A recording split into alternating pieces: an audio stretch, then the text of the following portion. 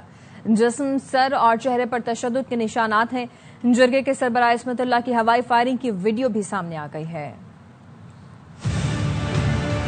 لڑکی نے کہا چاچو میرے جو ہے کسی کے ساتھ زبردستی نکاح کروا رہے ہیں، ان کو میں نے عدالت لے کر دیا، ان کا نکاح کروایا.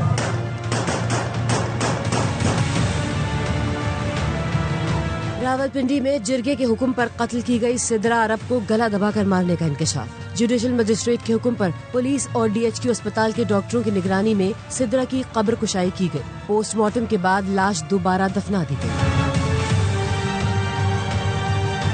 ذرائع کا کہنا ہے سدرا عرب کو گلا دبا کر قتل کیا گیا. جسم، سر اور چہرے پر تشدد کے نشان پائے گئے. لاش سے حاصل نمونے فورینزک لیبارٹری بھیج دیے گئے جس کی رپورٹ 4 سے 5 روز میں آئے گی. قبر کی شناخت کے لیے قبرستان لائے گئے ملزموں کو پولیس نے مقامی عدالت میں پیش کیا. عدالت نے جرگہ سربراہ عصمت اللہ سمیت 6 ملزموں کو 4 روزہ جسمانی ریمانڈ پر پولیس کے حوالے کر دیا.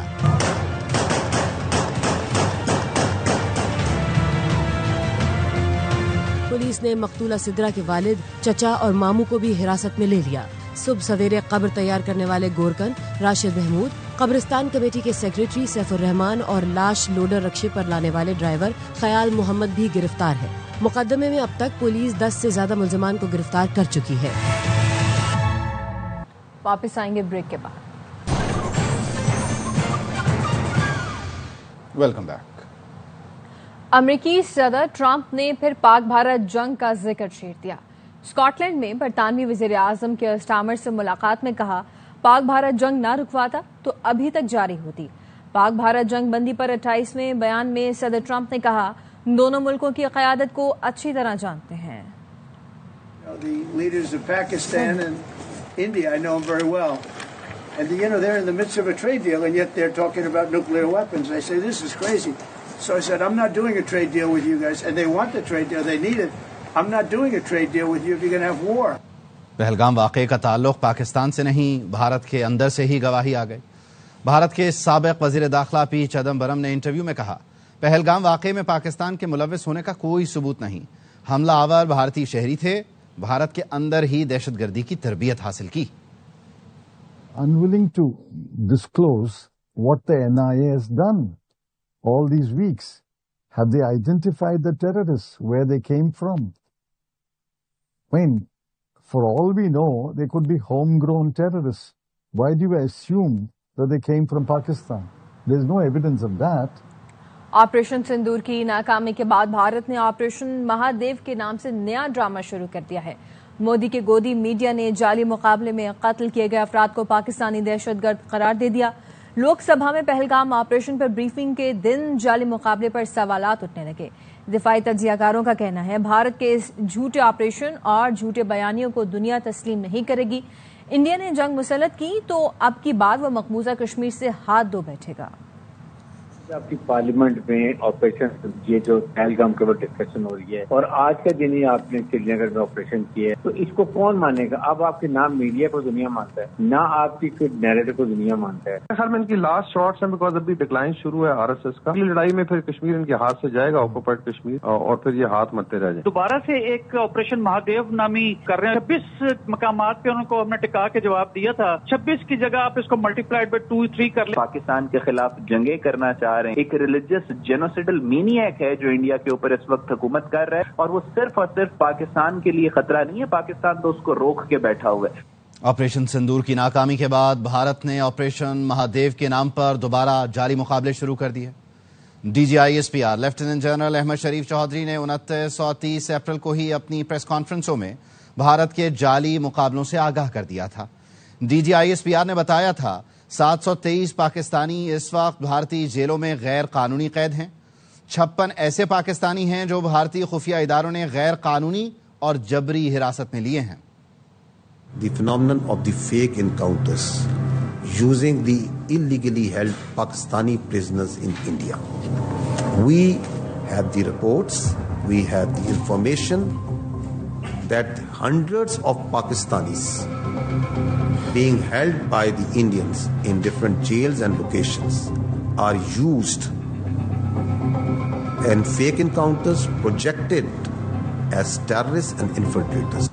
گلگت بلتستان کے سیلاب میں نجی ٹی وی چینل کی اینکر پرسن شبانہ لیاقت، ان کے شوہر اور 3 بچے لاپتہ ہیں۔ اینکر پرسن کا پرس اور گاڑی مل گئی۔ گزشتہ روز ٹلاس میں دریائے سندھ سے ایک خاتون کی لاش ملی تھی۔ شاہراہ بابو سر سے 7 لاشیں ملی ہیں۔ نجی ٹی وی چینل کے اینکر پرسن شبانہ لیاقت اور اس کی فیملی کی مسنگ کے حوالے سے ہم سے رابطہ کیا گیا۔ گزشتہ دنوں شاہراہ بابو سر پر میں یہ مسنگ تھے۔ میاں بیوی کے علاوہ 3 بچے لاپتہ ہوئے ہیں۔ ان کا ایک پرس آج ریسکیو آپریشن کے دوران مقامی رضاکار کو ملا ہے۔ اس افسوسناک واقعے کے اندر 20 سے 22 گاڑیاں اس میں بہہ گئی تھی اور 10 سے 15 افراد جو ہیں وہ مسنگ تھے، اور اب تک اسی شاہراہ سے 7 لاشیں نکالی جا چکی ہیں۔ دریائے سندھ سے اسی فاصلے سے تھوڑا سا دور ایک لاش برآمد کی گئی ہے اور وہ ایک خاتون کی لاش ہے، اس کو بھی شناخت کے عمل سے گزارا جا رہا ہے۔ مزید خبریں اس بریک کے بعد۔ Welcome back. سابق وزیر خزانہ مفتاح اسماعیل نے خود پر لگے الزامات مسترد کر دیے۔ عوام پاکستان پارٹی کے رہنما مفتاح اسماعیل کہتے ہیں طارق فضل چودھری نے سینٹ میں جھوٹ بولا، وہ معافی مانگیں یا عدالت میں سامنا کریں۔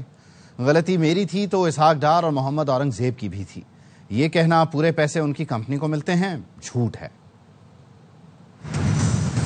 نشو نما کا پروگرام سال میں وزیر تھا، اس سال یہ پروگرام 5 سے بڑھ کے 20 ہوا 2022-23 میں، اگلے سال 20 سے بڑھ کے 35 ہو گیا جب ڈار صاحب وزیر تھے۔ پھر بھی انہوں نے یہ جھوٹ بولا کہ مفتاح کا کانفلکٹ آف انٹرسٹ ہے، تو پھر اسحاق ڈار کو بھی تو پتا تھی نا 2023-24 کا پروگرام، اس نے کیوں 20 سے 35 کر دی؟ اس کے بعد محمد اورنگزیب نے 42 کو 53 کیوں کر دی؟ اسحاق ڈار کو شوگر ایڈوائزری بورڈ کا چیئرمین بنایا اور اس نے فوراً ایکسپورٹ کی اجازت دے دی، پھر ایکسپورٹ کے کرتے رہے، پرائسز بڑھتے نہیں ہیں اور انہوں نے روکا نہیں۔ انوشا بی بی کو اور طارق فضل چودھری کو یہ نظر نہیں آیا؟ طارق فضل چودھری میں اخلاق کی جرت ہے تو وہ پھر قانون پہ مجھ سے مقابلہ کرے گا۔ انوشا رحمان کہہ دے گی کہ میں پارلیمنٹری پریویلیج نہیں اٹھاؤں۔ نائب وزیر اعظم Ishaq Dar sugar advisory board کے رکن نہیں ہیں، ریکارڈ چیک کر کے بات کرنی چاہیے۔ وزیر اطلاعات عطا تارڑ کہتے ہیں سب کچھ تحریری طور پر موجود ہے، مفتاح اسماعیل کو الزام لگانے سے پہلے ریکارڈ چیک کر لینا چاہیے تھا۔ اسحاق ڈار کے بیٹے سے متعلق ایک سوال پر وفاقی وزیر اطلاعات نے کہا پاکستان واحد ملک ہے جہاں کرپٹو کونسل قائم کی گئی، باقاعدہ نظام وضع کیا گیا، کرپٹو سے متعلق الزامات دشمن کی سازش ہیں۔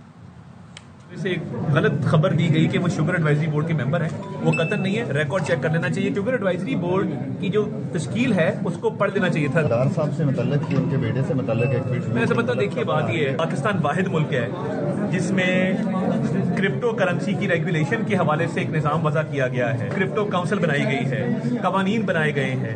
ہمارا دشمن جو ہے اس نے اس حوالے سے سوالات اٹھائے، تو مجھے تو لگتا ہے کہ مفتاح صاحب کا بھی وہی بیانیہ ہے جو انڈیا کا رہا ہے کرپٹو کو لے کے۔ چینی حکومت کے مقرر کردہ ریٹ پر کہیں دستیاب نہیں، عوام کو بے وقوف بنایا جا رہا ہے۔ شہری حکومت کے خلاف پھٹ پڑے، کہتے ہیں ہر چیز مہنگی کی جا رہی ہے، غریب کہاں جائے۔